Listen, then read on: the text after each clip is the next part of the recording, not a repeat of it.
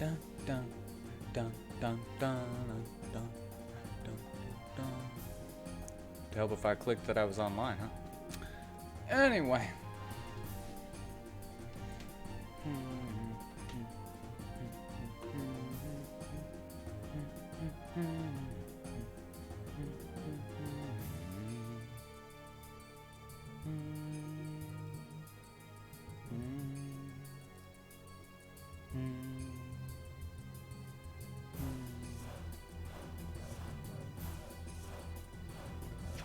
Yeah.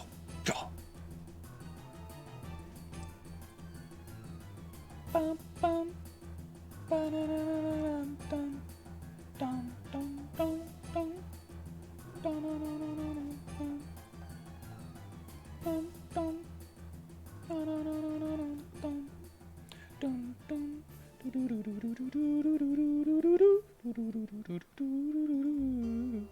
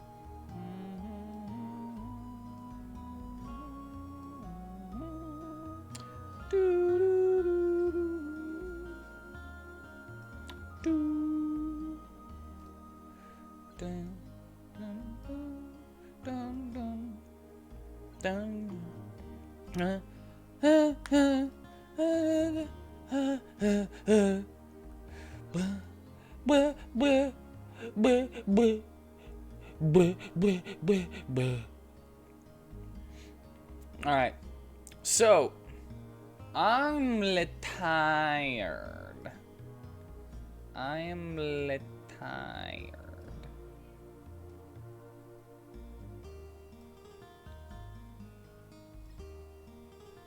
So we're doing something different today. And that differentness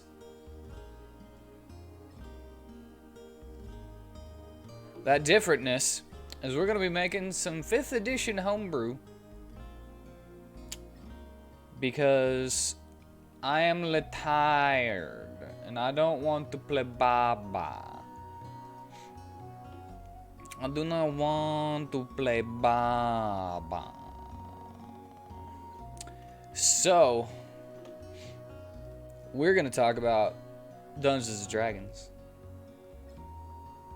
and homebrews, stuff like that. As you can see, I have hidden my DM sidebar just because I know my players might come in, and I don't want them to see what I'm doing, what enemies I have, and all that stuff waiting. But making homebrews is fun. Making stuff that they might not even see is fine. I've made a couple subclasses. Don't know how good they are. And so we're going to go through them whenever people get here.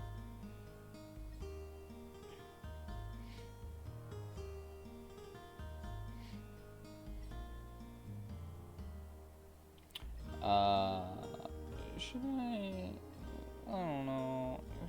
Should I? Da na na na na na na na.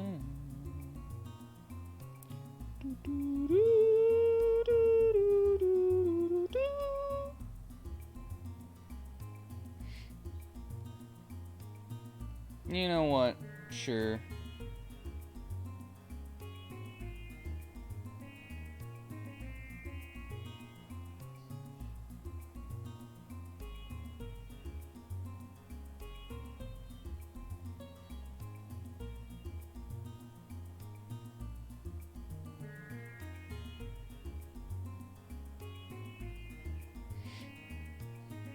There we go.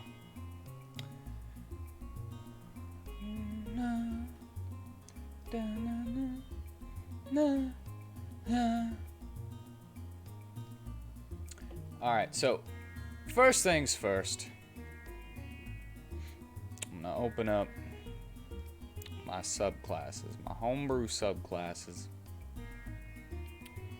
Now I have a couple of these, and I might.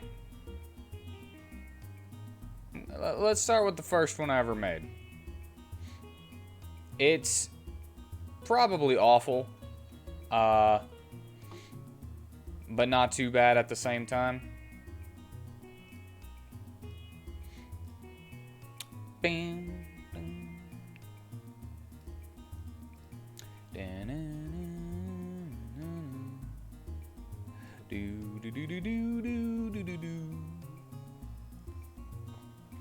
So we got the Circle of the Spirit Animal for Druid. I'm not too happy with it. I mean, it works, and so far it's been serviceable for the player who's using it, but I feel like it could use some tweaking. Now that I'm a little smarter in how 5th edition works.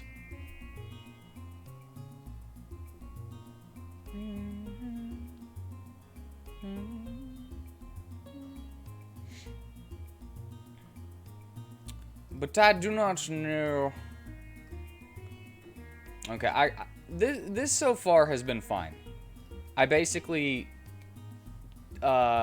ripped off the Beast Master from the Ranger, but increased the challenge rating a little bit because it's not adding a second party member, or adding an extra party member in the beast form. So I'm gonna move this over here a little bit. So yeah. So I think this is fine. It could probably be worded better, but then a spirit form I think is kind of unnecessary.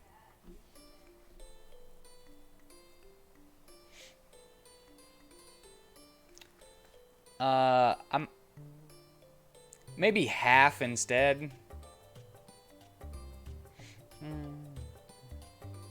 Instead of 0 HP, and instead of taking none of the damage to your actual HP, because this has been like really strong throughout, even though the person using it was like, no, I'm a little girl, I wouldn't have high constitution in the beginning, so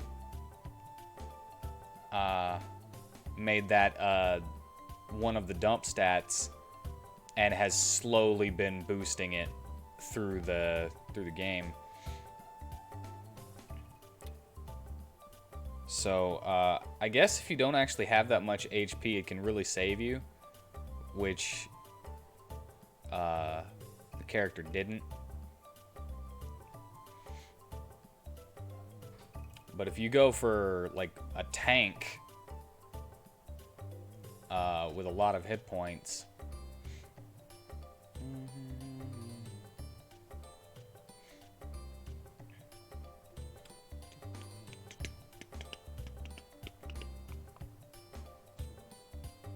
I just ate the rest of the pepperoni pizza.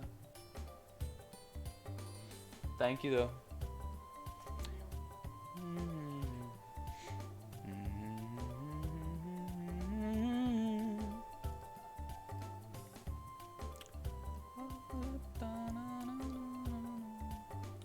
So, yeah.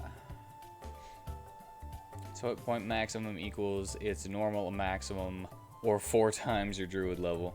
So it's pretty much always going to be 4 times your druid level instead of its normal maximum at 1/2. So it gets stronger, but not too much stronger. I don't care for this one. I don't care for this one down here. I'm fine with this one. I don't care for this one. This one needs to be changed. Because it's kind of lame. It's kind of boring. I mean, the only thing I could think of that it could be used for is maybe giving your spirit animal multi-attack.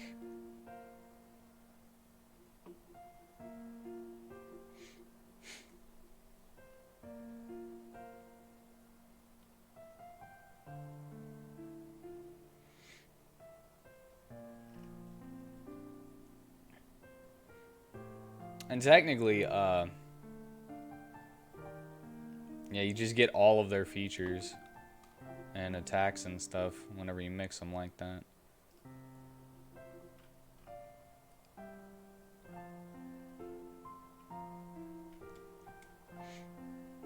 I don't know. This as I said before, this was the first one I ever made.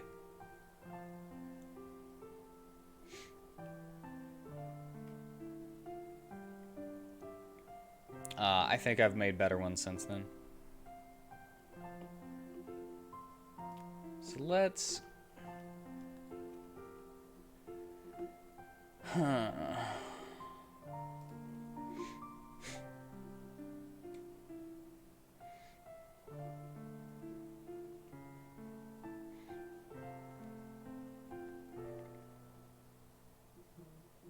You know what? I could...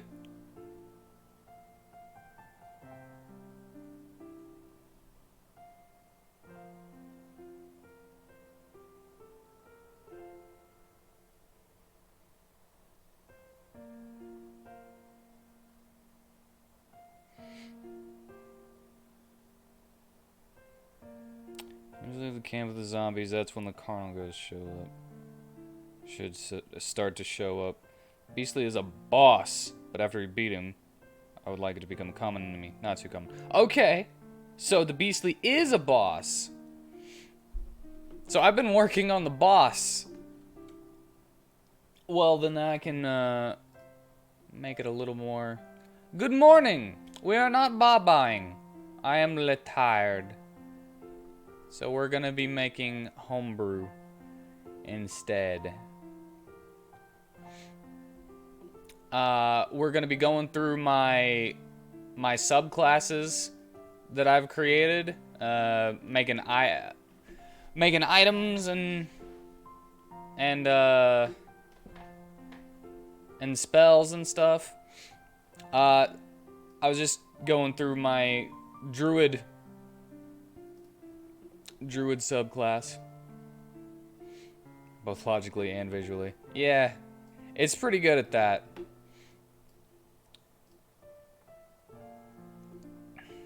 So, I just went through it for nobody because I'm talking to myself. But I'll go through it for you real quick. The Druid Circle of the Spirit Animal lets you choose one beast as your spirit animal whenever you take this subclass of challenge rating 1/2 or lower.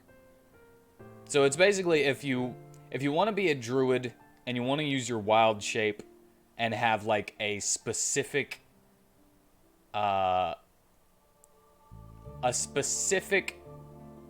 trademark animal. So like your character is all about I'll use the character in this that is using this in my campaign as an example, wanted to be all about bees. So whenever looking through subclasses, they were like, there's nothing that would allow me to like do anything really with bees other than, you know, later on being able to summon bees with a spell. I was like, well, let me see what I can come up with. And so he chose a giant bee as his spirit animal, and it's been pretty useful. But I don't know if it's too strong. You would totally catch Pokemon on that map. Joey made it. Even Beedrill. I made the original map in RPG Maker, and then he just came up and just sent me this, which is he translated it into not be so blocky, to be a little more old school medieval map looking. I like it.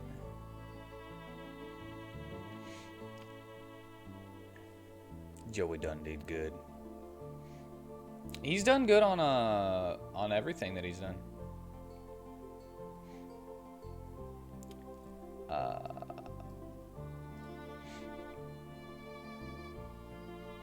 I'll continue to say, if you are brought to 0 HP while transformed into your chosen spirit animal, you take none of the remaining damage to your actual HP, where usually you take the rest of the remaining damage. You're actually halfway decent at map making too, if you take the time to do it right.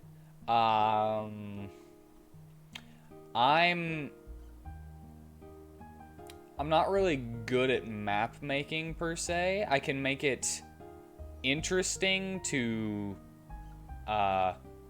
again, this is for RPGs. I can make it interesting to navigate and explore, but I can't make it interesting to look at.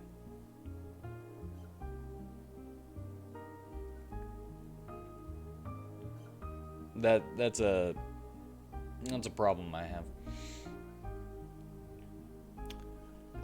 Magic form, basic.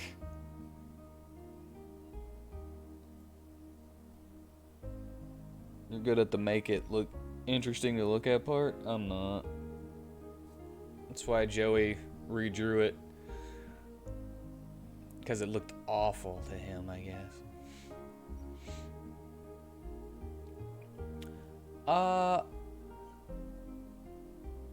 Sounds like we need to work together on one. Hey, second campaign. I'm gonna need a new map for that. I'm thinking that one's gonna be underground though. I don't know. I have this idea for the second campaign where it's underground. Granted, you only did that one level, but it looked pretty cool when it was done.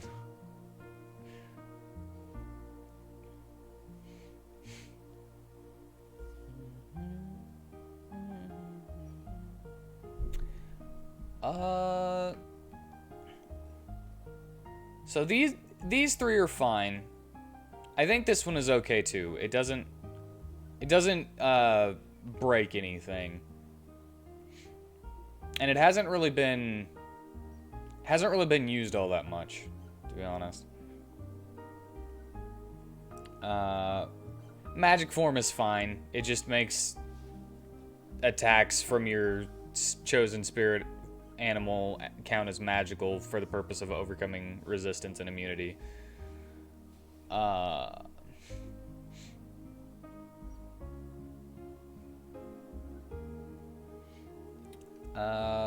from Within lets you use your bonus action to do a single attack with your spirit animal.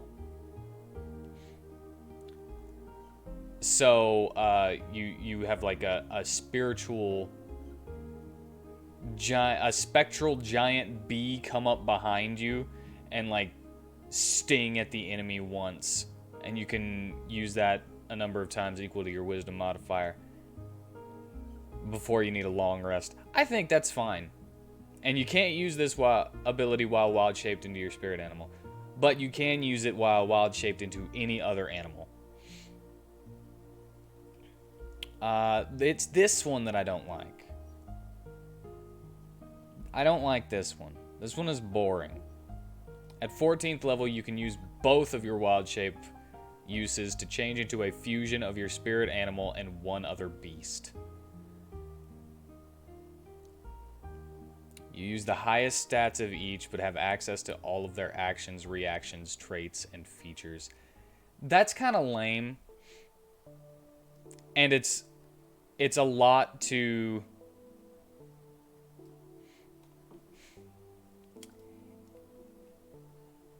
It's a lot to deal with. It's a lot to keep in mind. Fortunately, you don't know enough about D&D to be too useful here. You don't really need to, but if you got any questions, I can answer them.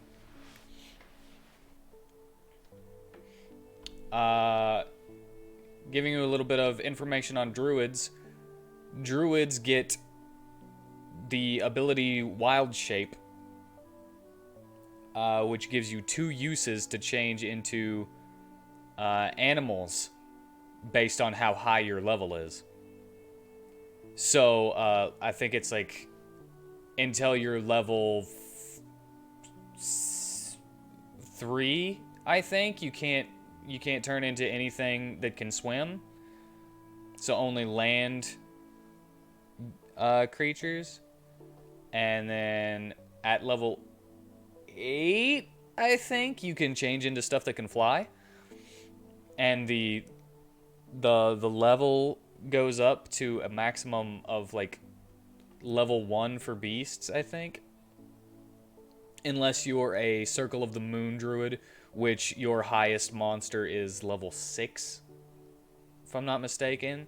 And then later on you can use both of your wild shape uses to change into an elemental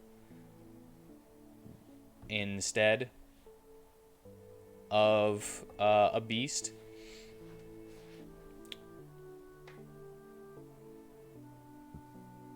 So there's that for druids. And so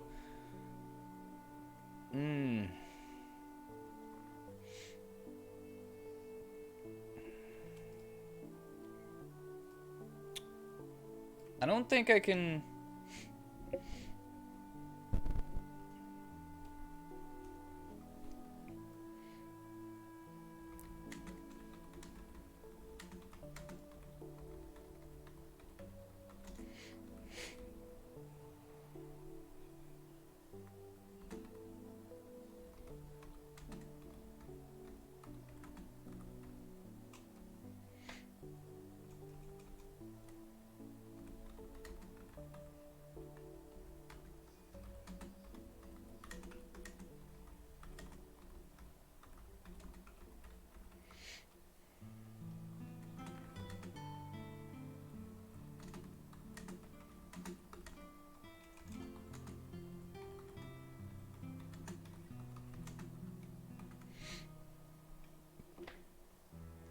like that.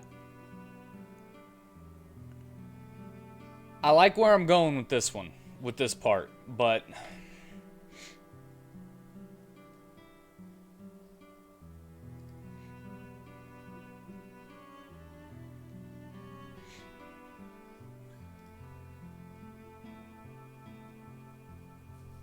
so it's like you could just talk to whatever your spirit animal is and they see you as one of their own, so they won't attack you.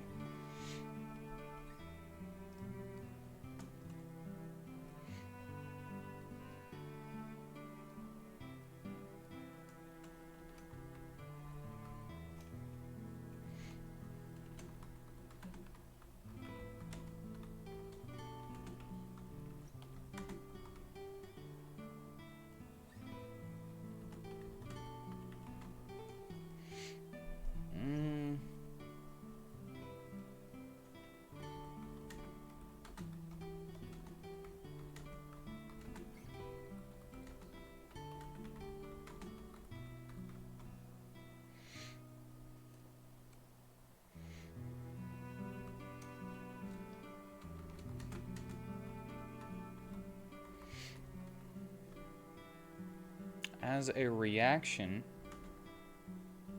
you can make a persuasion. Oh wait, it's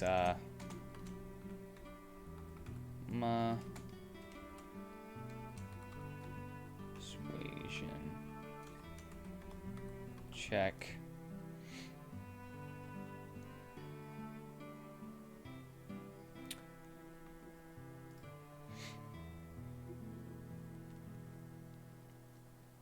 Maybe down the line, wild ones will come to your defense. Yeah. But you have to persuade them, and you have to use your reaction.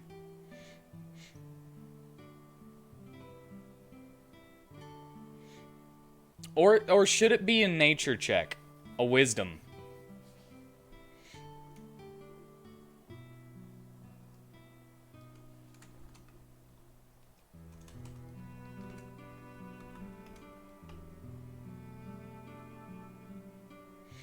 Oh no, wait, animal handling, that's what it should be. But if you could talk to them, they would understand you, and it wouldn't need to be animal handling at that point.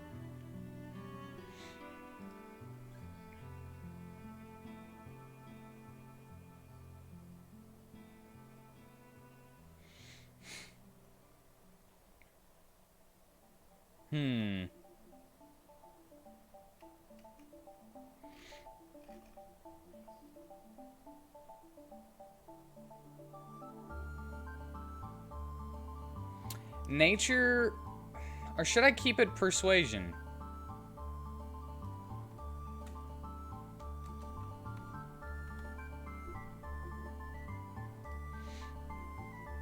Because you can speak the language of the fox, or the language of the nature seems more in line. All right.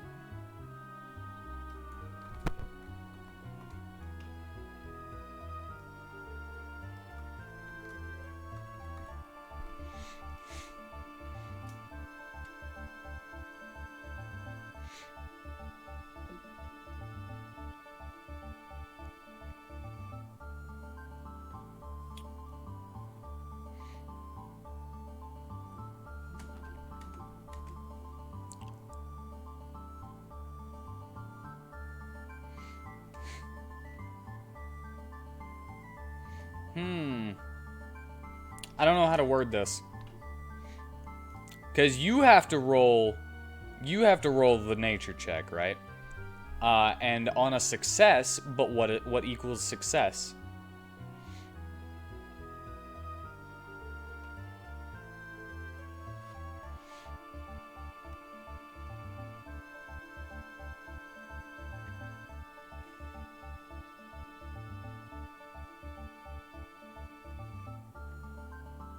Especially as it's a druid skill. Yes. What do I mean? Well, in order to... Like, what tells you that this is a success? A wisdom check, a nature check, is 1d20 plus your wisdom modifier, and if you're proficient in it, plus your proficiency bonus. So... what do you need to roll for this to be a success? Probably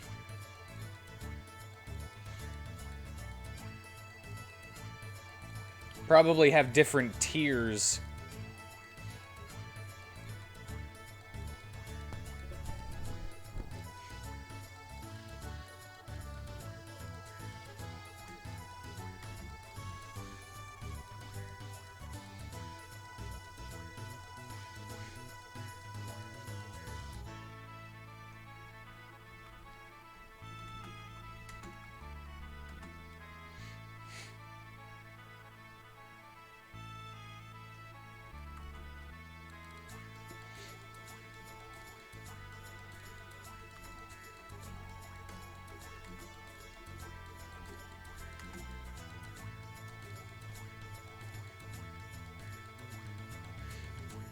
Hold on.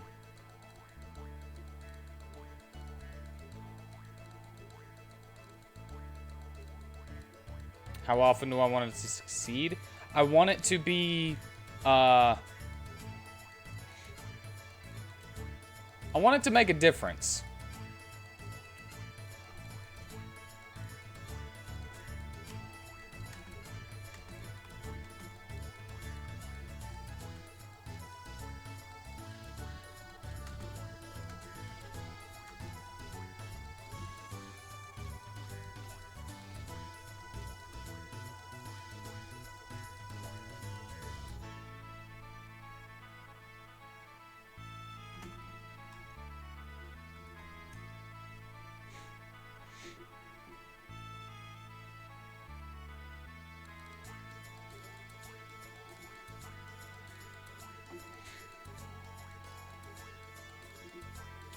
$13 means it goes very badly for you, just because you're probably superstitious anyway as a druid. Nah, I'm gonna go with,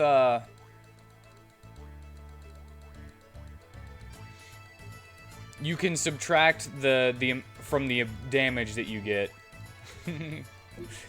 I'm gonna go with, the number that you roll.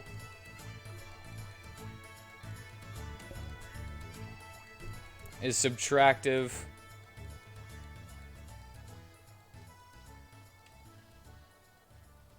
No. Take damage.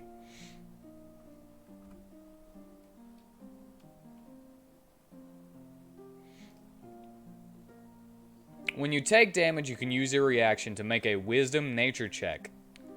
The number that you roll is subtracted from the damage you take.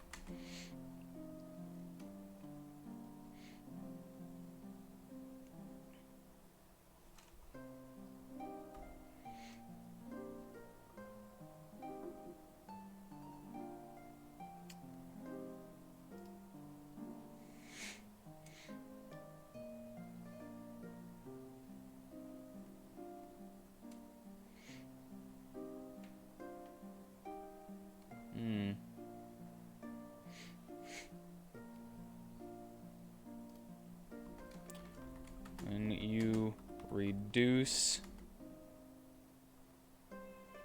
the damage taken in this way.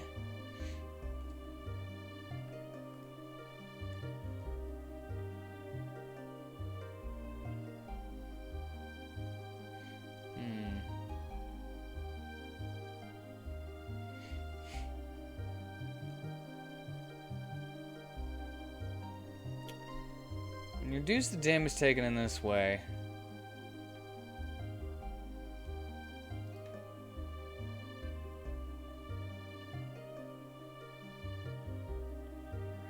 I kind of want it to be like,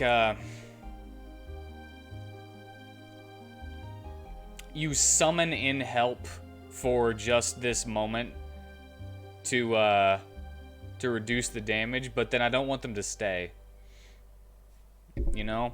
I don't want to just give you a permanent party member without having to talk them into it. Or not a permanent party member, but a temporary party member without having to talk them into it. Or having to make you use your spells to summon the things.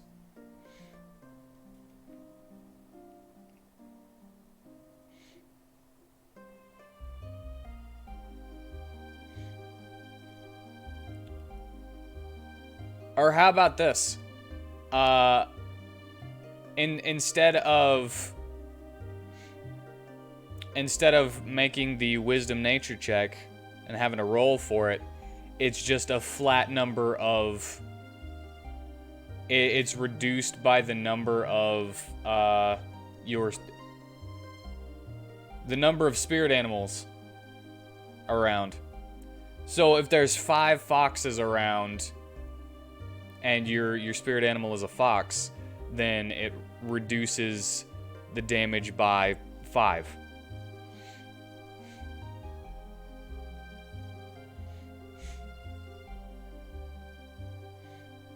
And then you wouldn't have to use your reaction.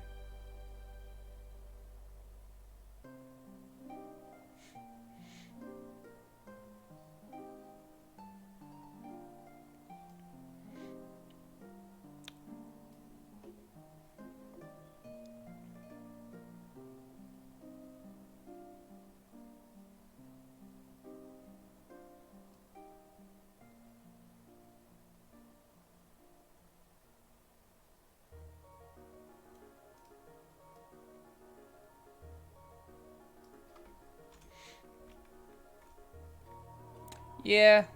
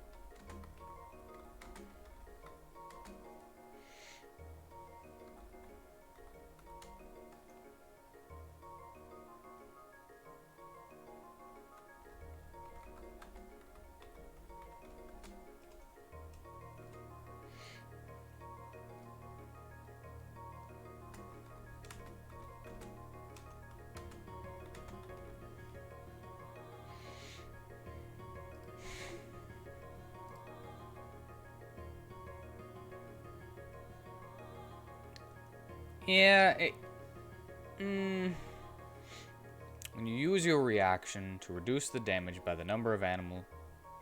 You can use your reaction to reduce the damage by the number of animals that match your spirit animal within 50 feet of you.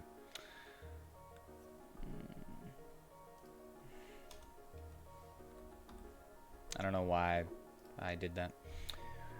When you reduce the damage taken in this way...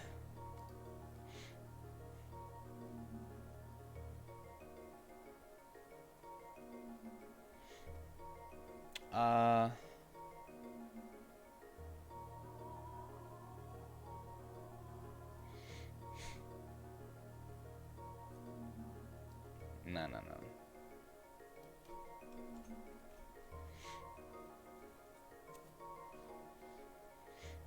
And I would say that this works with conjure animals as well. So you can just conjure up a bunch of the same, a bunch of copies of your spirit animal, and this, as long as they're within 50 feet of you, you can use your reaction to reduce the damage that you take by the number that you summoned. That way you can, you know, actively influence it, even if there aren't any of your spirit animal nearby for you to just be like, hey, help.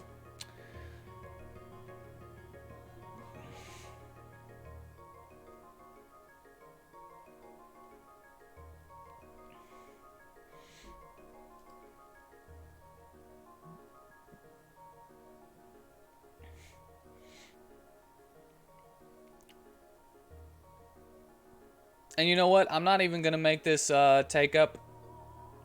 I'm not even gonna make this like have uses before you have to redo it.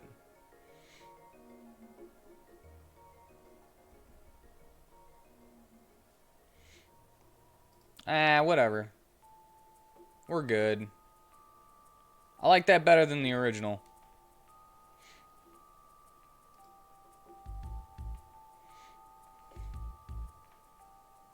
So I'll just say that one is good for now.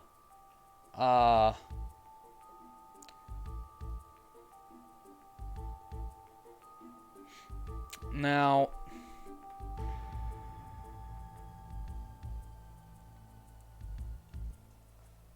all right, I got 1, 2, 3, 4, 5, 6. I've got 6 that I've made, and I'm gonna go through all of them. I got. Do you want to go through them in order that I made them, or? Hello there. I am editing the Circle of the Spirit Animal a little bit. Only the 14th one. I didn't like the original one that I had.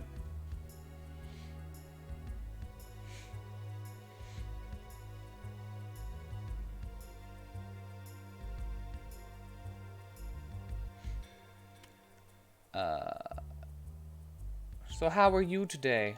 You doing good?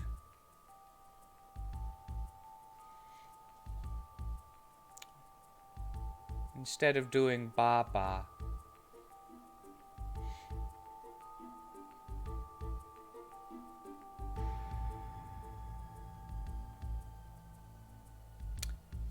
You feeling you got a buzz in you today? You buzzing?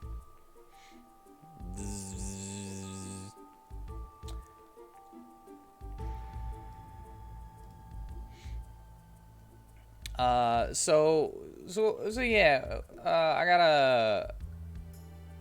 You did the metamorphosis.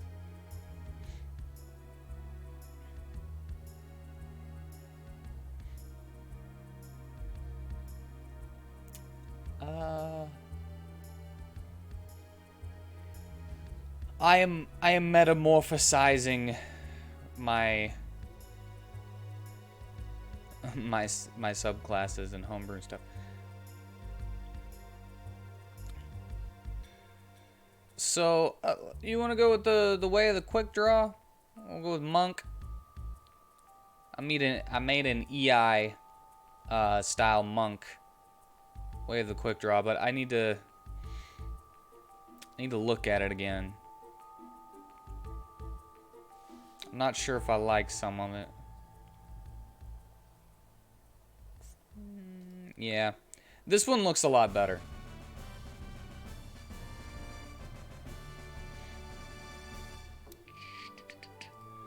Also, a lot more work put into it.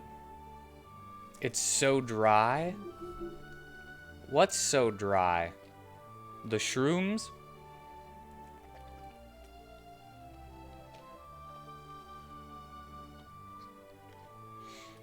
Teeth falling out yet? The air. Yeah, well, it's really humid in Texas.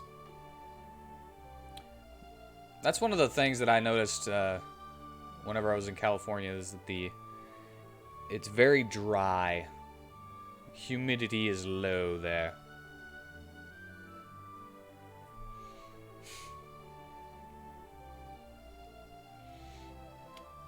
So yeah, if you want to play a samurai monk, I created a samurai monk subclass, and it's got a lot more in it compared to the circle of the spirit animal. So it's actually much less humid the last few days. I don't know, I don't go outside.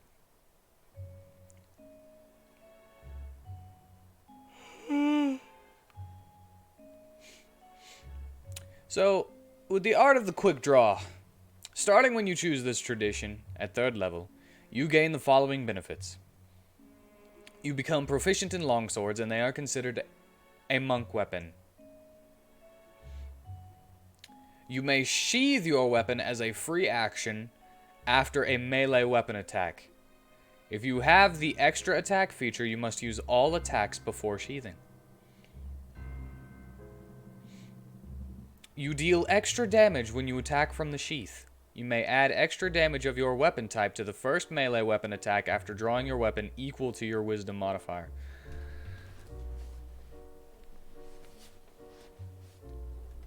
So that's basic. You just get a little extra damage for the first melee weapon attack that you use. And that could be with any melee weapon. It doesn't have to be the longsword. You just gain proficiency in longswords. So you could just be like, have a dagger, and whenever you pull it out of the sheath, you just go and do extra damage.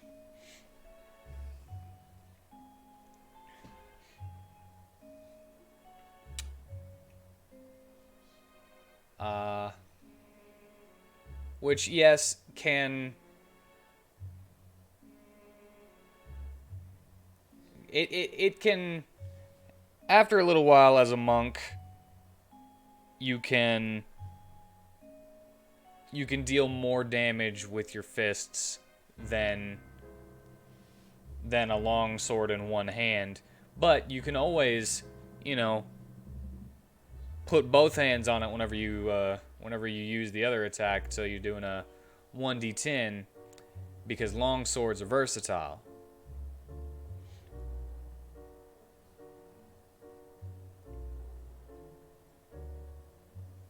So you'll get some extra guaranteed damage from the one-handed unsheathing slash. So let's just assume that you got max 20 in dexterity, or 20 in dexterity, strength, and wisdom. Depending on what you want to be. If you want to be we'll go with dexterity since it's a monk instead of strength. But you can totally do this as a strength monk. But dexterity is 20, wisdom is 20. So that is a +5 to attack rolls. And is that damage rolls too? Yeah, it's damage rolls too. I don't know what I was talking, why I was thinking that it wasn't. We'll go ahead and use my go ahead and open the character sheet for the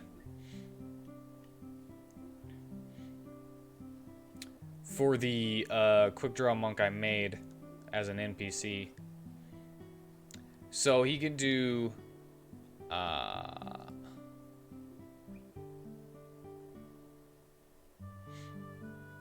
1d8 plus dexterity mod, and then quick draw damage is +4 because he's got an 18 in wisdom.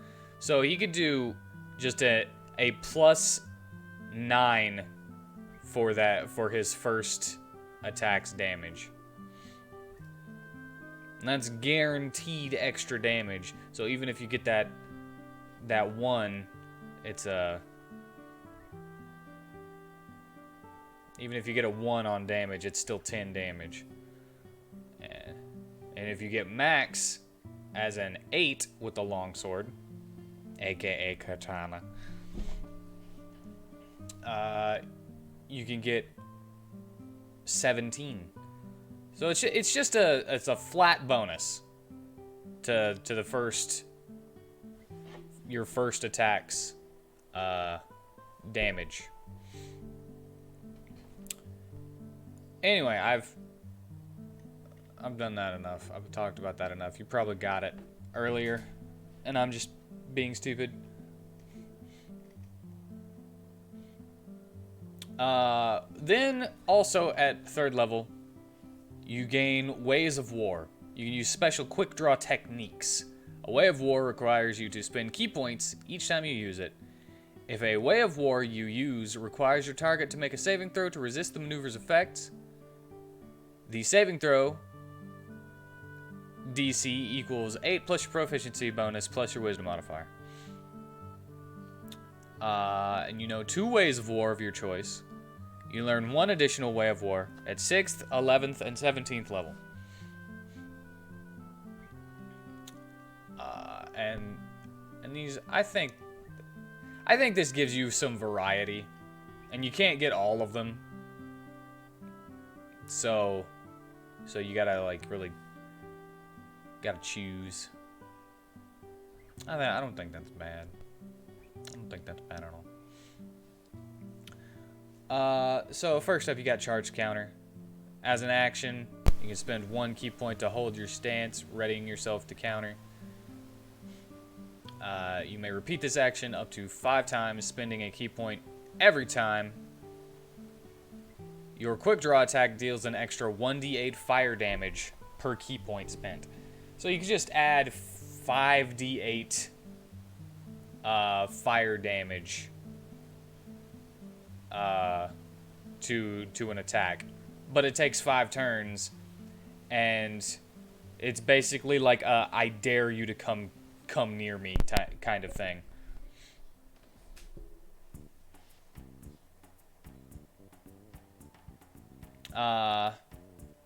And while you're charging, creatures provoke opportunity attacks when they enter melee range with you, not just leave it.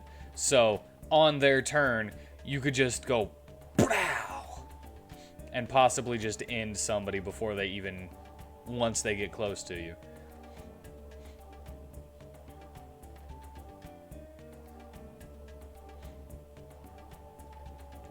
Then flowing water as a reaction. Whenever you are flanked by 2 or more enemies, you can spend 1 key point per enemy to take the dodge action.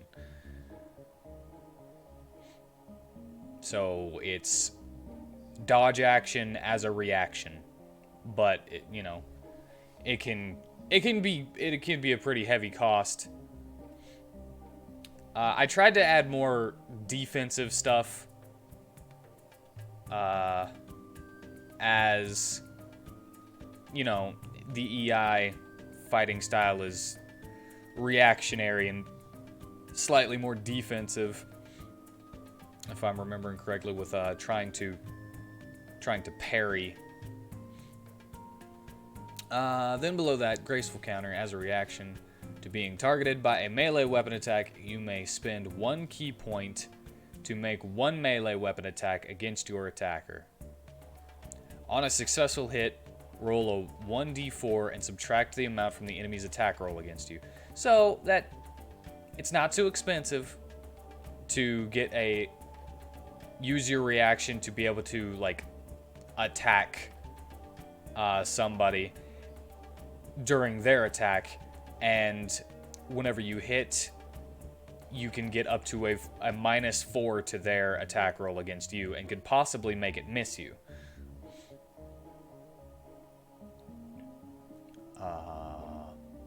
The 1d4 isn't too big, it's not too small. So I think the one key point is pretty cost efficient.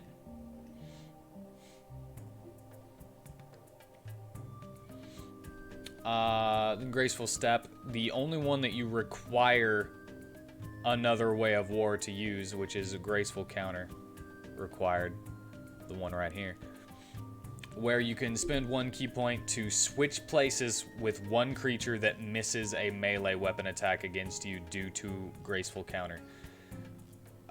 So if you use graceful counter and they miss you because of it, so say your armor class is 20 and they get a 21, you use graceful counter to reduce it by 2, so their attack roll is 19. You can now switch places with them in the same reaction.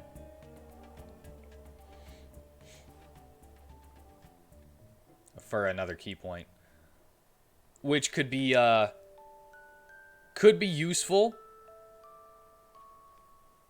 It really depends on the situation. So like if you're up against a wall or something and you're being surrounded by a bunch of people, you could graceful counter one of them and then move, and then they're up against the wall, and then now you can get out of there.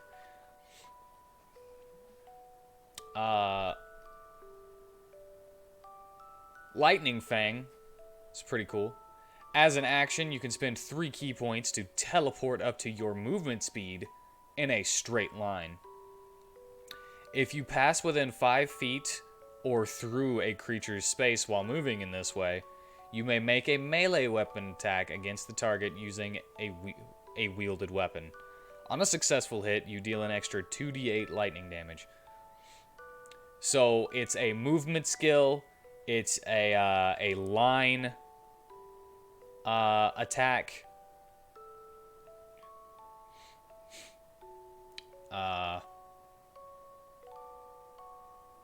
It basically just turns you into a lightning bolt spell. But you get your, you get your quick draw damage with it.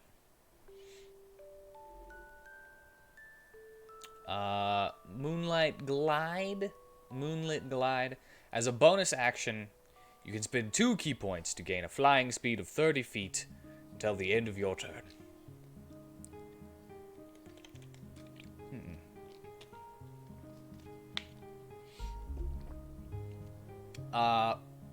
If you make an attack roll against a creature with a flying speed that is in the air, it must succeed on a Constitution saving throw or fall to the ground. So yeah, it just basically makes you able to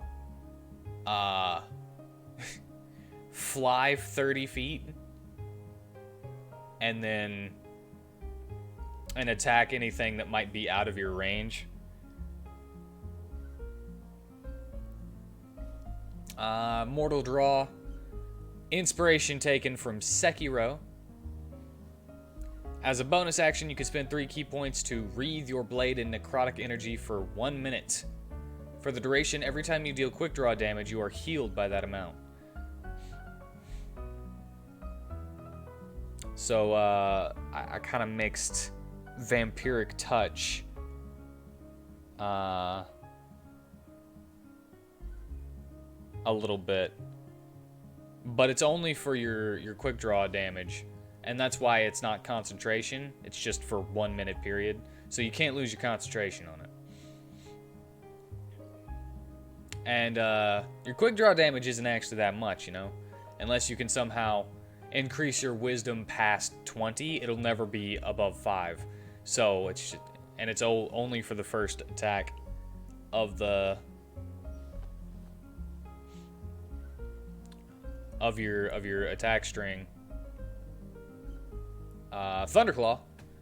When you take the attack action, you can spend 1 key point. Your quick draw attack deals an additional 1d8 thunder damage, and the target must make a Constitution saving throw or be knocked prone. So it's basically just a thunderous boom that accompanies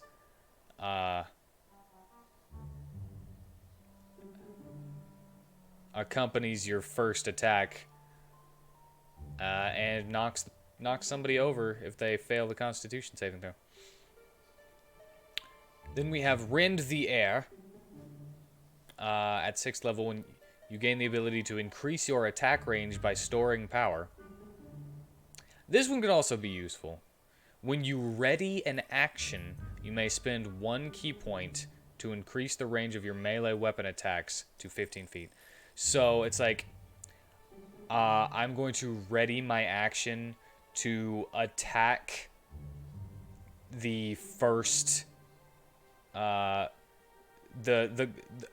goblin that comes around that corner.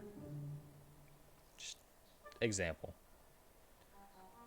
So you can be 15 extra feet away because you're like readying and waiting for that to happen. So you can just be like, and you throw like an air slice. At least that's how I see it.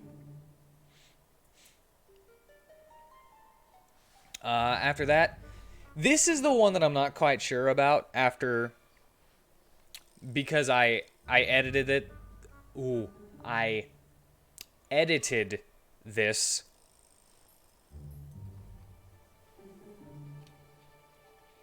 from its original version.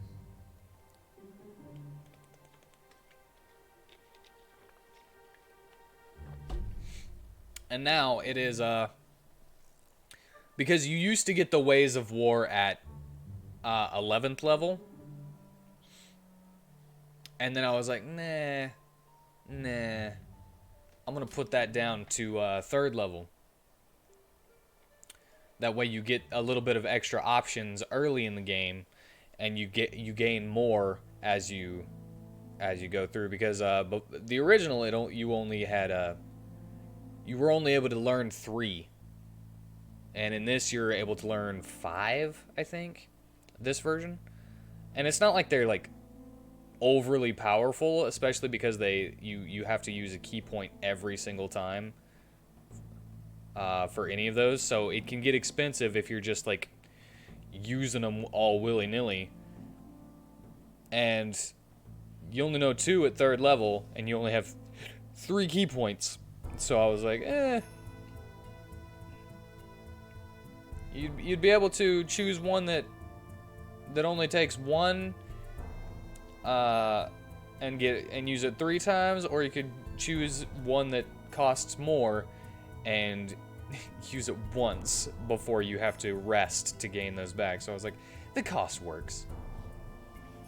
The cost stays relevant.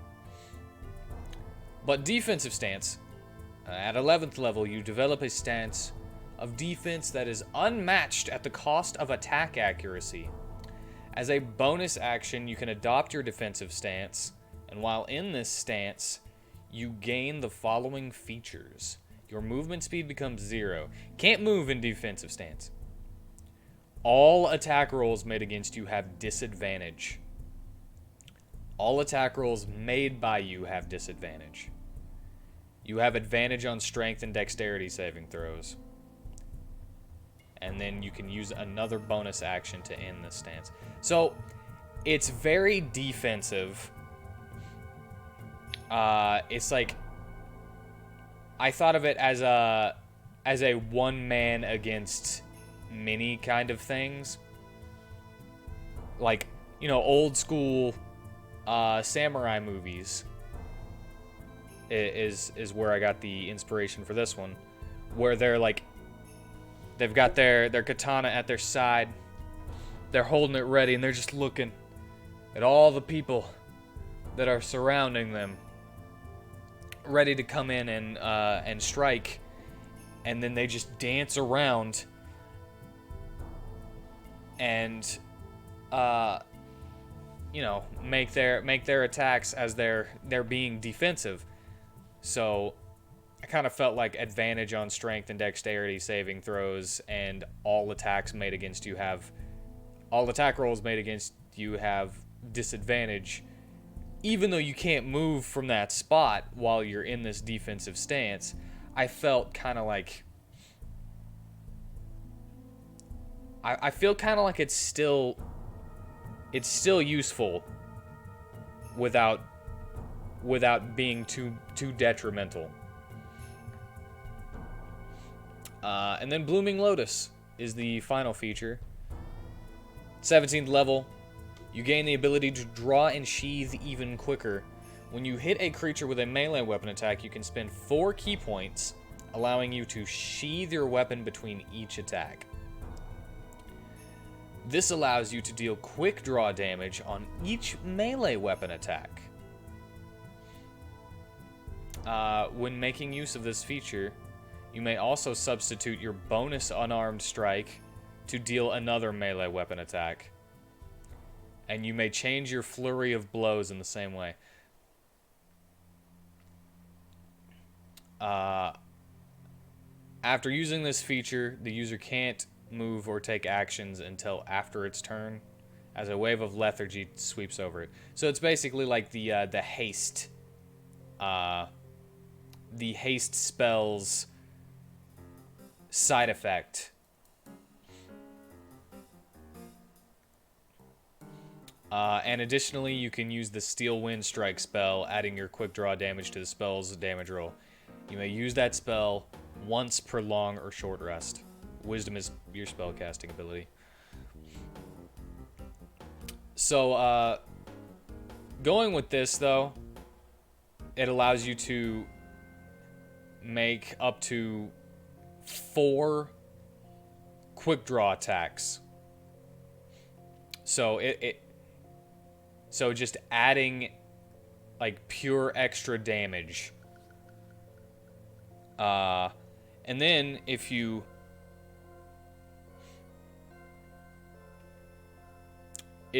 add in the Mortal Draw, that's just a big heal. I mean, at max of 20 wisdom, that's 20 hit points that you're healing in one turn,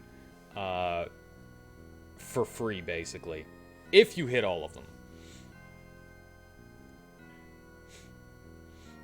And even if you don't Flurry of Blows, if you don't use the extra key point to Flurry of Blows, you're still making 3 weapon attacks with just extra damage. Could just heal you for 15 instead.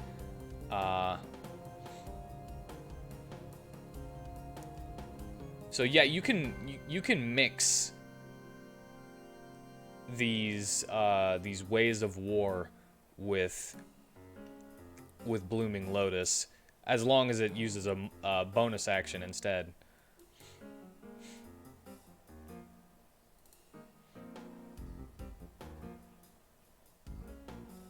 Well, actually, you could actually use Thunderclaw. Because the prerequisite to use Thunderclaw is when you take the attack action. And this one is when you hit a creature with a melee weapon attack. So technically you could do this one. I would say not this one. I would say not Lightning Fang, though. Because it doesn't count as a melee weapon attack.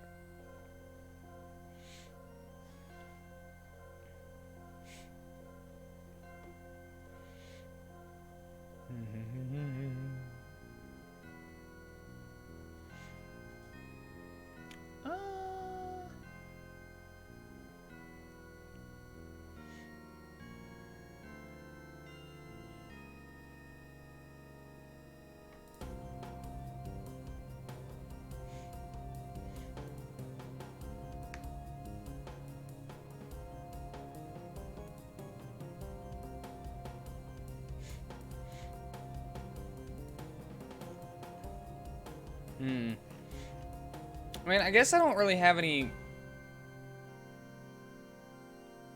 I want to change in this one now that I'm rereading it. Anybody else got any ideas?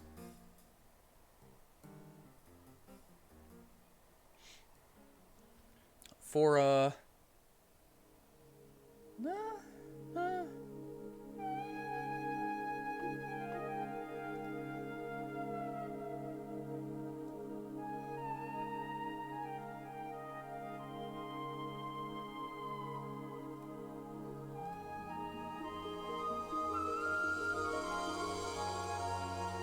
why is this song so much louder than the others?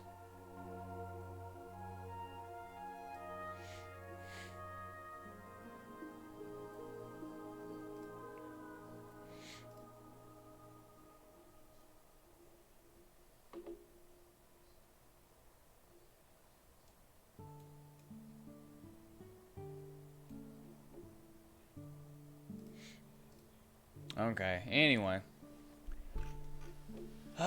I guess...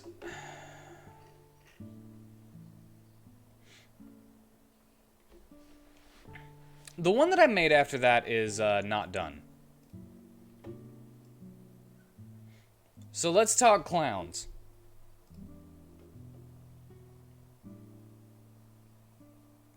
Let's talk clowns. I don't like what I have for the sixth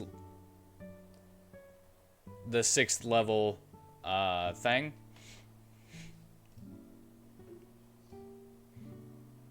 So let's go through it and maybe we can get some ideas for clown. Bonus proficiencies. When you join the College of the Clown at 3rd level, you gain proficiency with disguise kits. That's fine. It's for makeup and stuff. Also at 3rd level, when you join the College of the Clown, you gain the ability to create objects or animals out of balloons and enchant them with magic. So, weapon. As a bonus action, you could create a weapon from a balloon. You have proficiency with any weapon you make in this way. At 6th level, the weapon counts as magical for the purposes of overcoming resistances. And this weapon lasts for 1 minute before popping.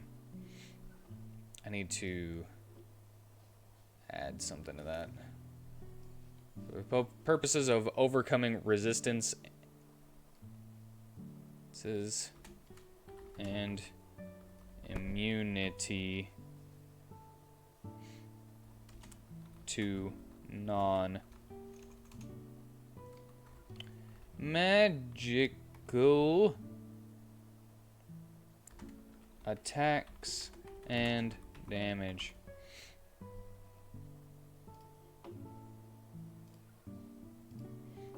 And there. Clowns, yes. If you